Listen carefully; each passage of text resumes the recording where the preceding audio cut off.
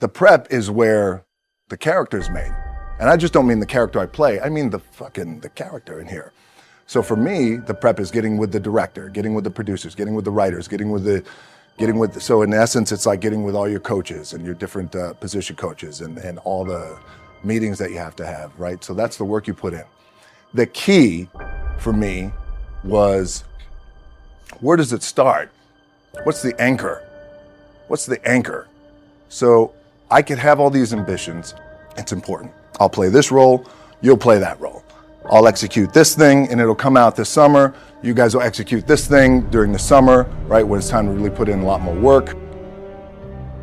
But the key with me is just always finding what the anchor is. And the fucking anchor is getting up at 4 o'clock in the morning every day before anybody else and grounding my thought process is in the no one will outwork me. No one. I love and I respect you guys. Motherfuckers won't outwork me. All starts with this. 2 hands, putting it to work. The anchor for me has always been the work in terms of the weight room training.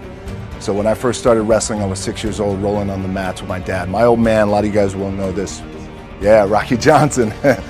But before the wrestling part happened, I was just in the gym putting in the work. At 6 years old, rolling around on the mats. And finally, when I could touch weights at 13, that's what I was doing. But the weight part for me and the gym part has always been, has to be the anchor. Look, at the end of the day, like again, it's the kind of stuff that I talked about at top is I have to hold on to my dad in his pickup truck came down 4 o'clock in the morning, picked me up in Miami from Tampa. We lived in a little shitty apartment in Tampa. He drove down in his little pickup truck to Miami to get me when I was cut from the CFL. I was driving up I-75. I don't know if you guys are from Florida. Any of you guys, if you know, it's I-75 is like, especially down in Florida, Alligator Alley. I'll never forget it. It's 4 o'clock in the morning.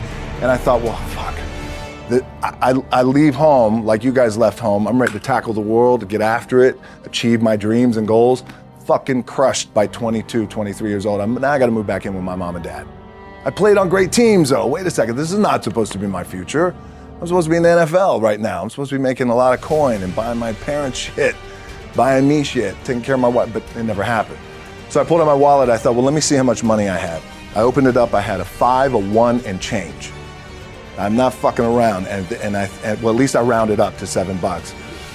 But I thought, God, ain't this a bitch? I got $7 in my pocket. Where the fuck do I go now? What do? I can't go back to CFL because the point comes where you hear that voice, big run's over. Like, you're done, right? So I heard that voice.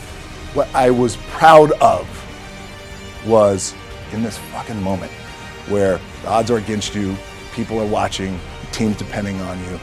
You either say, I'm done, or this shit, whatever the fuck is going on, it's temporary, and it may fuck me up at some point down the road. But I'm not gonna let this opportunity go by without giving it my all.